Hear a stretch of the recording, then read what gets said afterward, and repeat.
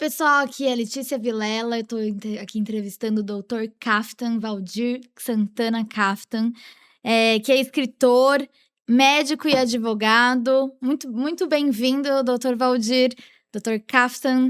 Eh, como que é a origem do seu nome? Vamos começar contando um pouco mais sobre você, sobre o seu nome? Muito boa noite, telespectadores. Fico feliz em estar aqui, muito honrado na presença aqui do podcast Energy e agradeço muito pelo convite. E vou falar um pouquinho sobre mim, né? Meu nome é Kaftan, né? Kaftan, é de origem alemã, né? Do meu bisavô que veio para a Alemanha no século XIX, né?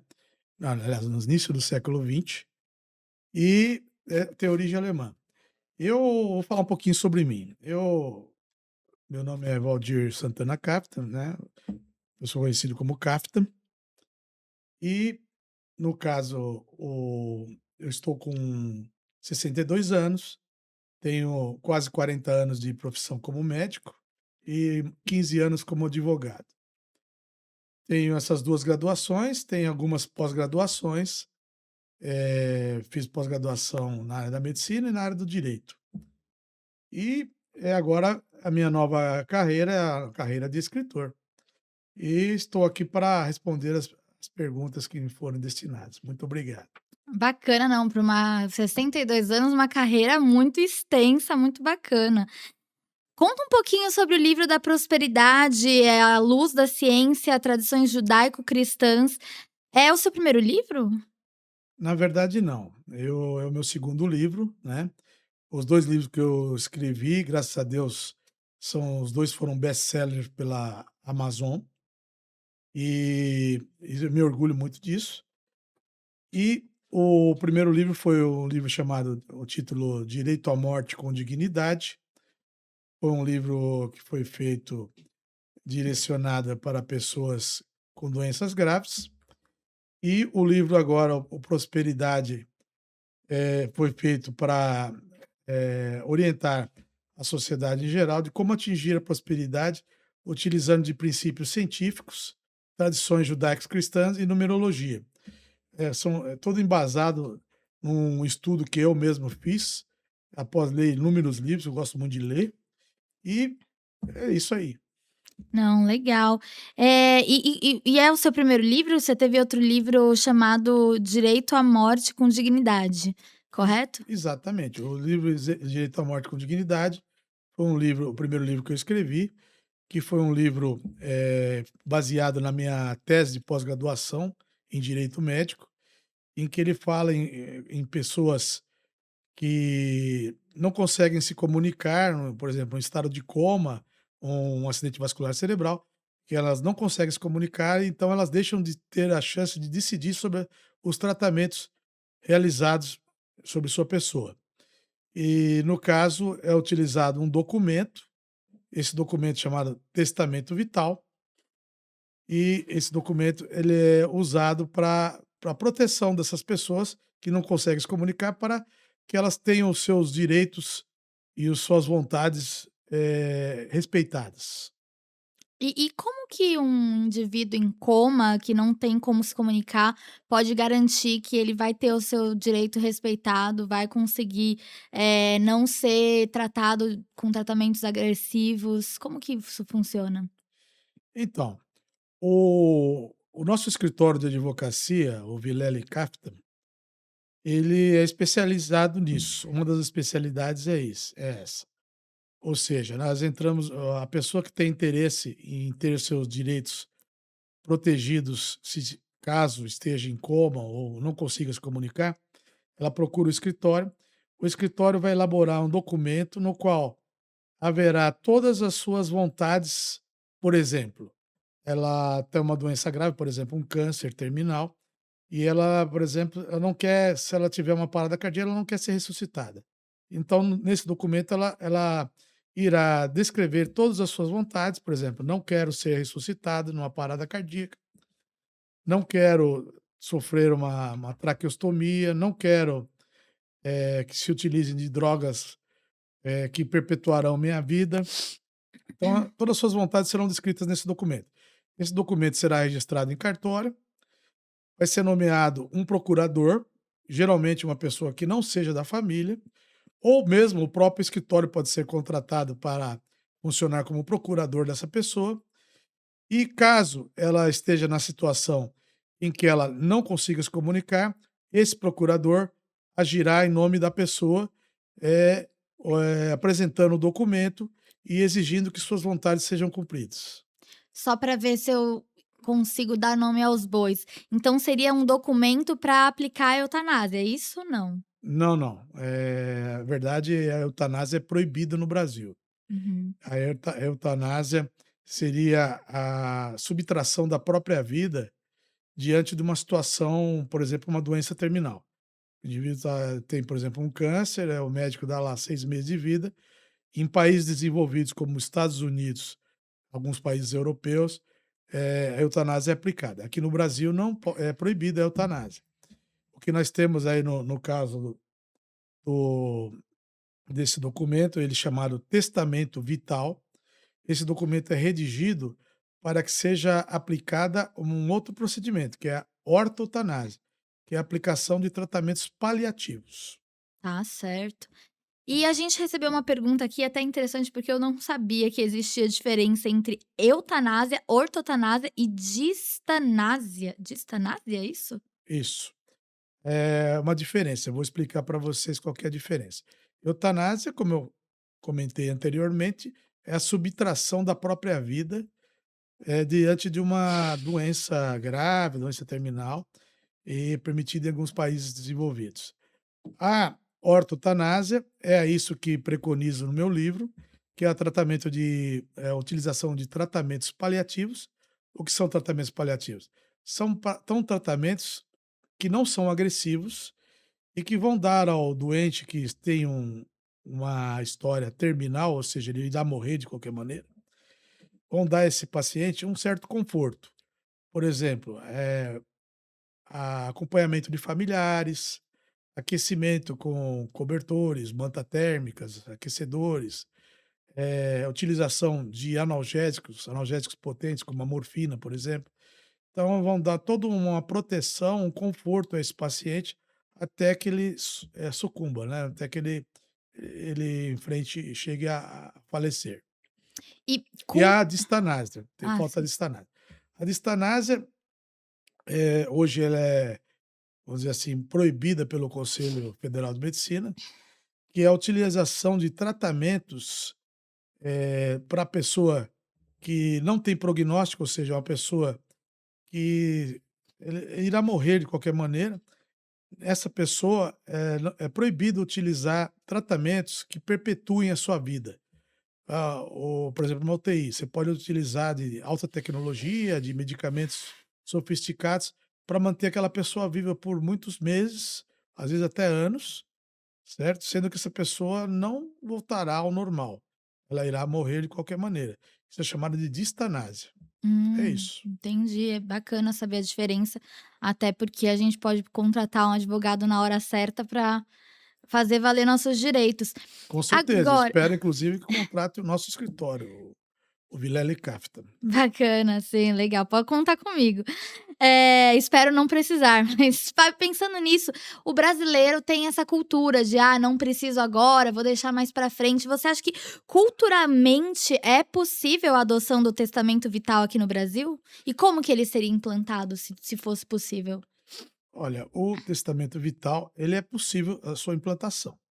Só que a cultura do brasileiro, que é uma cultura que ele só utiliza determinadas ferramentas quando a coisa acontece. Exatamente. Por exemplo, no caso do colocar um farol numa esquina, só depois que aconteceu vários acidentes.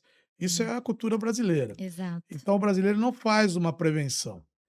Então, eu acho muito difícil o testamento vital ser incorporado na sociedade brasileira, né.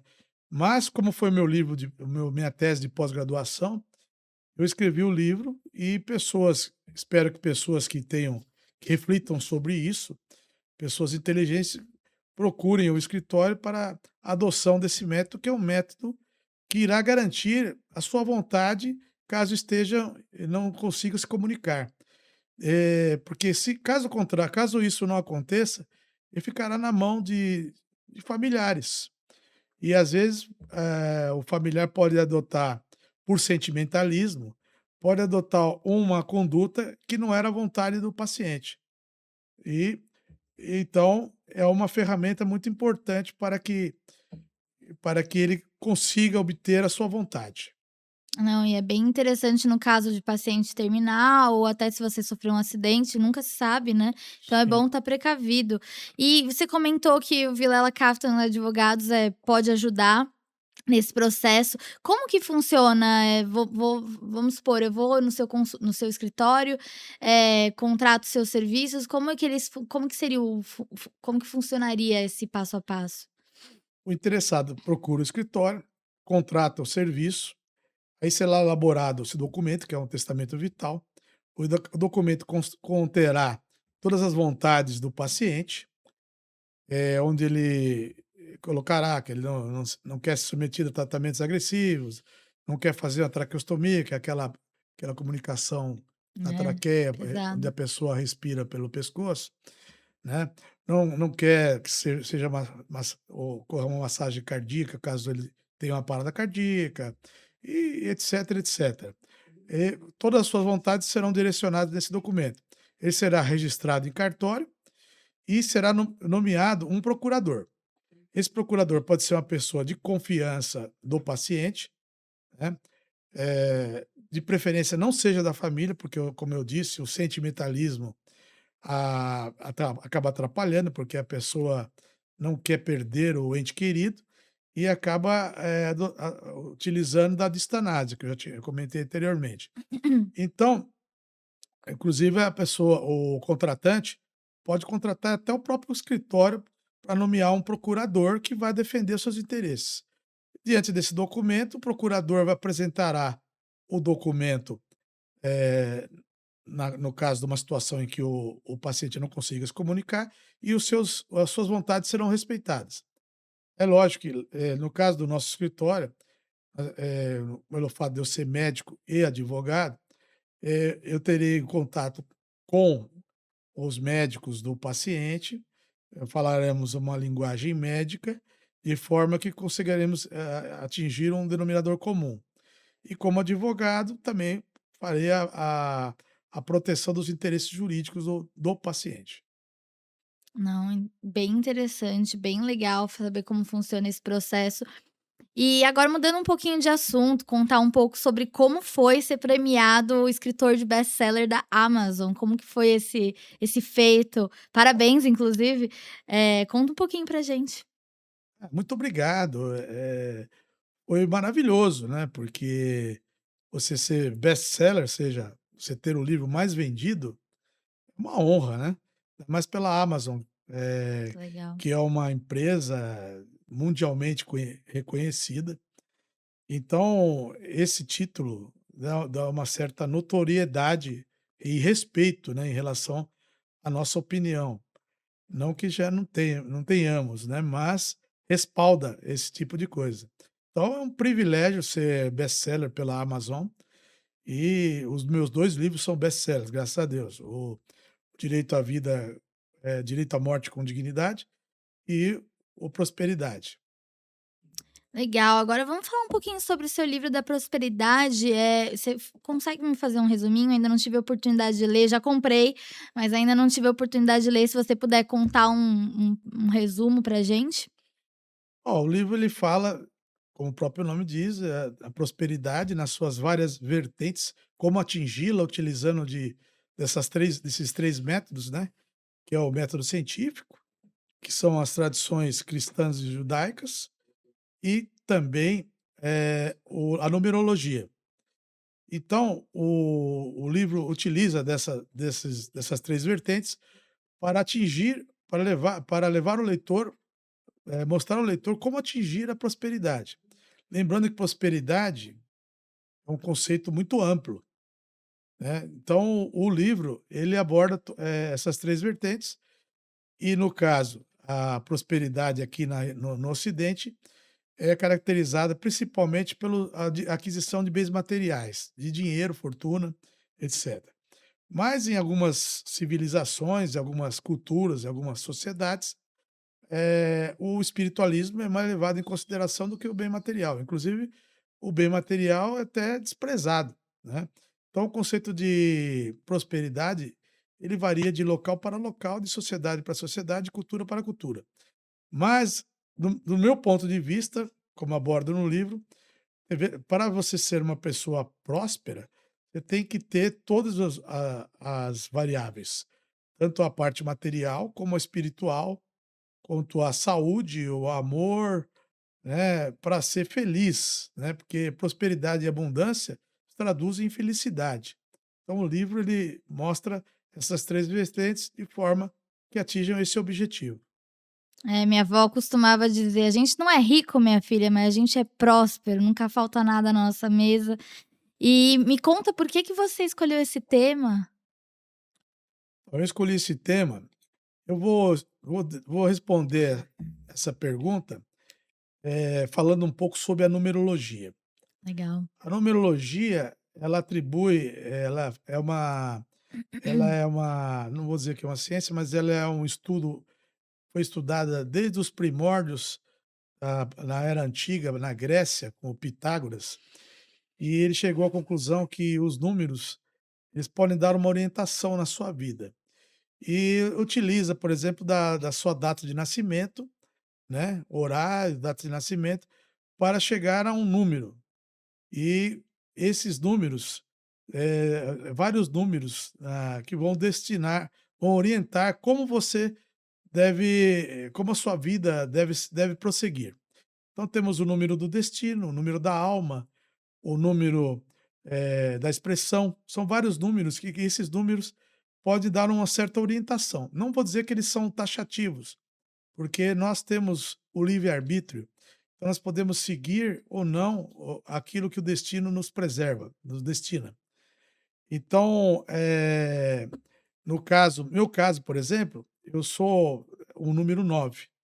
O que significa o número 9? Eu dei toda essa volta para explicar a sua pergunta. Por que eu escrevi qual a razão de escrever esse livro? Uhum. Bom, em primeiro lugar, que eu sou uma pessoa muito estudiosa, né? Leio muitos livros, e o número 9 é um número de pessoas que vieram ao mundo para ajudar a humanidade. E como vocês podem ver pela as próprias profissões, né? Ou tanto o direito como a medicina, a gente procura ajudar a sociedade, né? E no caso da prosperidade, acho que todo mundo merece ser próspero.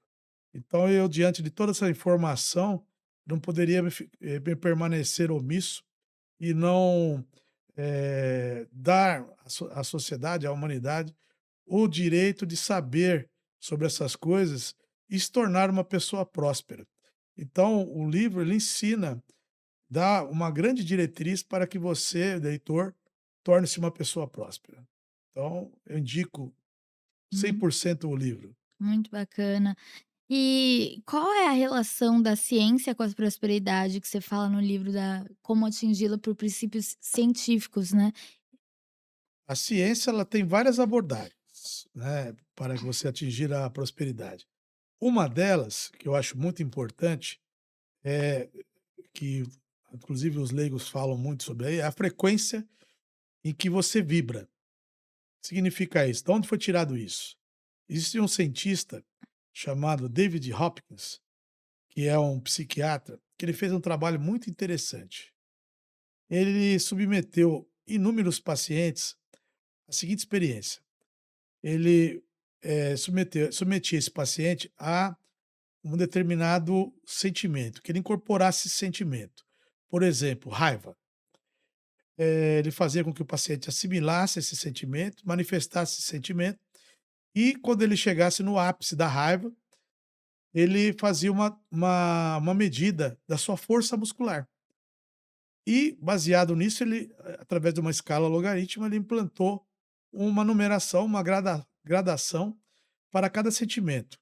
Então, só para vocês terem uma ideia, os sentimentos mais pobres são os de baixa vibração.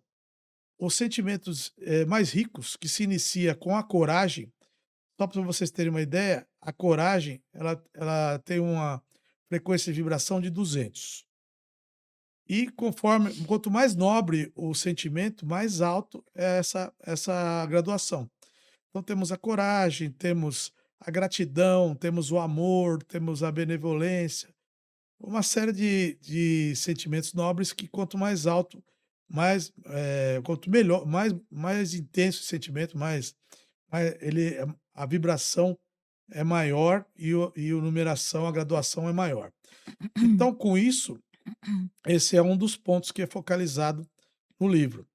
Você pode, adquirir a prosperidade atingindo uma frequência de vibração maior. Quanto maior, melhor a graduação que você atinge, mais chance você tem de atingir a prosperidade. Então, o que que o livro associado às culturas judaicas cristãs, ele ensina? Que você tem que vibrar numa frequência alta, você tem que ser uma boa pessoa, entendeu?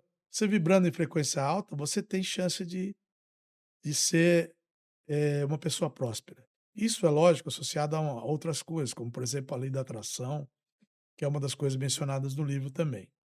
É isso. Bacana. E dizem que você está elaborando um curso, com temas de prosperidade também, certo? Sim, agora para o início do ano, está programado um curso com vários módulos, e que além dos temas mencionados no livro, serão incorporados temas muito interessantes, como por exemplo, como você desbloquear, sentimentos que foram introduzidos no seu subconsciente durante a primeira infância. Porque até os 7 anos, nós somos, eh, o nosso subconsciente, ele capta mensagens que ficam gravadas. E essas mensagens podem dificultar para que você atinja uma vida próspera. E no curso, é ensinado como você, realizar esse desbloqueio. Então o curso, ele apresenta módulos que são complementares ao livro. Não, era isso que eu ia perguntar, se tem diferença entre ler o livro e fazer o curso é mais interativo? Existe diferença sim senhora, porque o livro, ele aborda, como eu explanei anteriormente, ele aborda, como alcançar a prosperidade, né, baseado nessas 3 estruturas: numerologia, tradições judaicas cristãs e na no na conhecimento científico. Porém, ele não dá todas as dicas, todas as maneiras que você tem, por exemplo, como desbloquear, estruturas passadas que foram impregnadas no seu subconsciente. Além de outros módulos que, só quem adquirir o livro vai saber como é que funciona. Muito bom, vendedor além de tudo, advogado, médico, vendedor. E me conta, você tem mais algum projeto em desenvolvimento? Você é um cara multifacetado, tem mais alguma coisa que vem por aí? Graças a Deus, apesar dos meus 60 anos, eu tenho inúmeros projetos, estão surgindo, e um deles, que é muito interessante, isso é destinado à minha área da medicina, né, a uma orientação jurídica, né, a novos médicos, assim como também uma orientação financeira e uma orientação de como escolher a sua especialidade. Isso tudo será feito num outro curso que será apresentado logo de que for implantado o curso de como atingir a prosperidade. E por quê? Da onde surgiu essa ideia de ajudar os jovens médicos, esses médicos que estão se formando agora? Então, como eu disse, eu sou advogado, atuo na área do direito médico. E infelizmente eu vejo hoje em dia o número de processos tem crescido assim, numa progressão geométrica. Então, eu vejo, inclusive que, médicos, por falta de experiência, são processados por situações, por problemas que podiam ser prevenidos através de uma orientação jurídica prévia. Então, eu como médico, eu sei que é muito difícil você conseguir, se graduar como médico. Mesmo hoje que inúmeras faculdades, o acesso está cada vez mais fácil, mas, assim mesmo, não é fácil você se formar como médico, porque é uma área muito desgastante que você se entrega muito.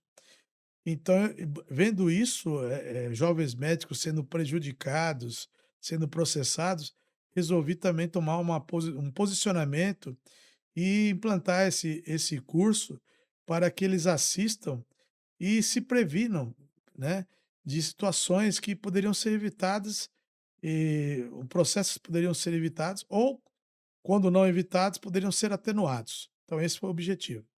É, e pelo visto isso vem de um background de quando você era médico recém-formado, é muito complicada a vida do médico recém-formado? Quais são os maiores desafios?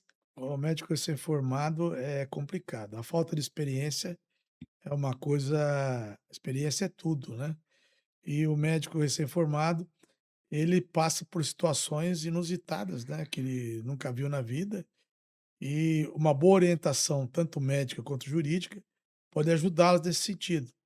Então, para evitar que eles sofram o que eu sofri, por exemplo. E você acha que é necessário o médico se especializar? Ou nesse início é melhor ficar mais abrangente? Olha, o médico com certeza tem necessidade de especializar cada vez mais, porque o médico generalista o médico quando ele se forma, ele já sai como médico generalista, e dá o direito dele praticar a medicina. E com esse inúmeras faculdades que estão sendo lançadas no mercado, número de médicos formados lançados no mercado, o que vai acontecer é que, primeiro, devido à grande oferta, o número de empregos vai ser cada vez menor. E também, falando em nível de taxa salarial, vai ser reduzida drasticamente. Então, se faz necessário que o médico se torne cada vez mais especialista, para que ele consiga, manter um status, um emprego e um valor salarial adequado pelo que ele estudou. E você tem quase 40 anos de medicina, né. Como que foi esse processo de escolher sua especialidade? Que conselho você dá para quem está escolhendo sua especialidade agora? Olha, o conselho que eu dou é que faça o meu curso, Bacana. porque não é fácil escolher uma especialidade, porque ninguém diz as dificuldades, todo mundo só entrega a parte boa, e no meu curso você escutará as dificuldades ou os empecilhos de cada especialidade. Legal. E um problema que você também mencionou que os médicos jovens que estão se formando agora estão enfrentando, é o tanto de processo. Você tem algum conselho para eles evitarem os tipos de vários processos que eles poderiam enfrentar? O conselho que eu dou é o seguinte: primeiro, façam a faculdade de maneira adequada, estudem muito, primeiro conselho. O segundo conselho, façam o curso do Dr. Kaftan, onde será explicado em pormenores, dado orientações jurídicas para que eles atenuem ou façam uma prevenção para que não sofram processo ou quando sofram sejam atenuados, não sejam condenados. Esse é o conselho que eu dou. E na faculdade tem alguma disciplina para mostrar para os médicos recém-formados como gerir os recursos? Porque entendo que um jovem ganhando um salário bem legal é difícil se controlar, vai sair gastando. Como que funciona isso? É muito difícil, né, porque o estudante ele sai de um salário sem salário, né, uma mesada dos pais, por um valor hoje considerado, para os padrões brasileiros, um valor muito alto.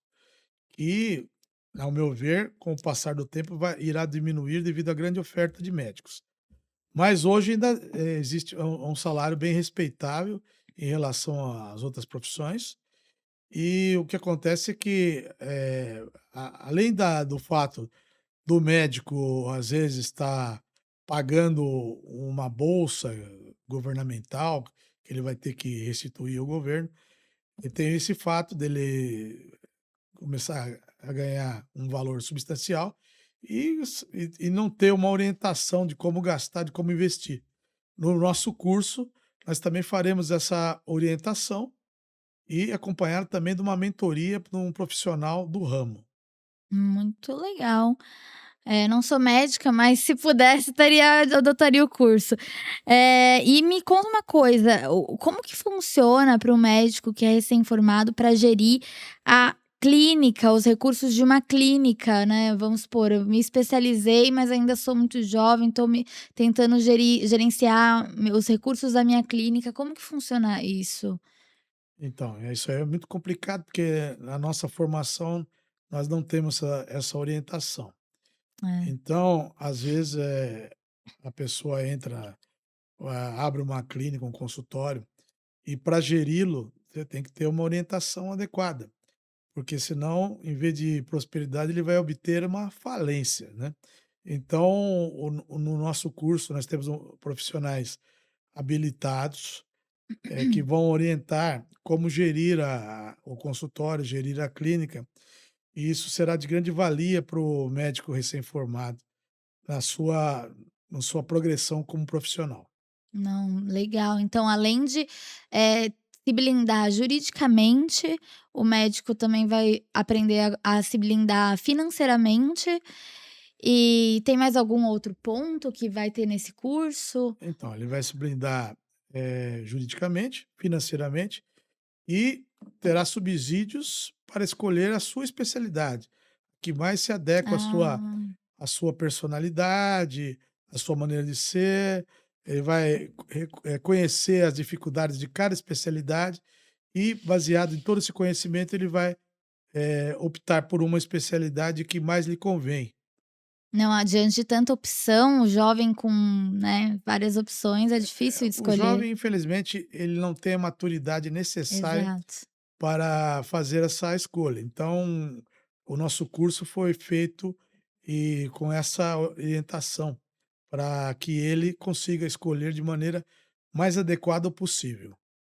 Certo. A gente está finalizando aqui nosso podcast Energy e eu queria agradecer a sua presença, e fazer uma última pergunta, pedir um conselho, não só para os médicos, mas para todo mundo que deseja ter prosperidade na vida, um conselho que você acha que foi um game changer para você, uma mudança de vida para alcançar a prosperidade. Qual conselho você daria para nós?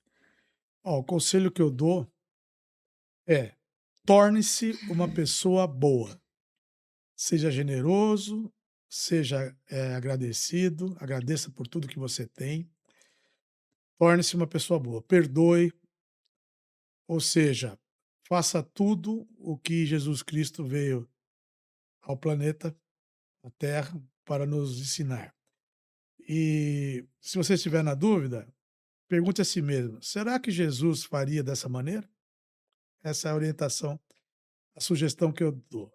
A outra orientação ou sugestão muito boa: compre o meu livro, né? Essa é a Muito melhor bom. orientação que eu poderia dar. E sobretudo ter humor, né, o humor sempre para cima. Se uma pessoa bem-humorada é uma pessoa feliz, É. né, e faz parte também da prosperidade. Puxa a energia de todo mundo pra cima. Exatamente, energia, como diz o seu podcast, energy. Muito legal.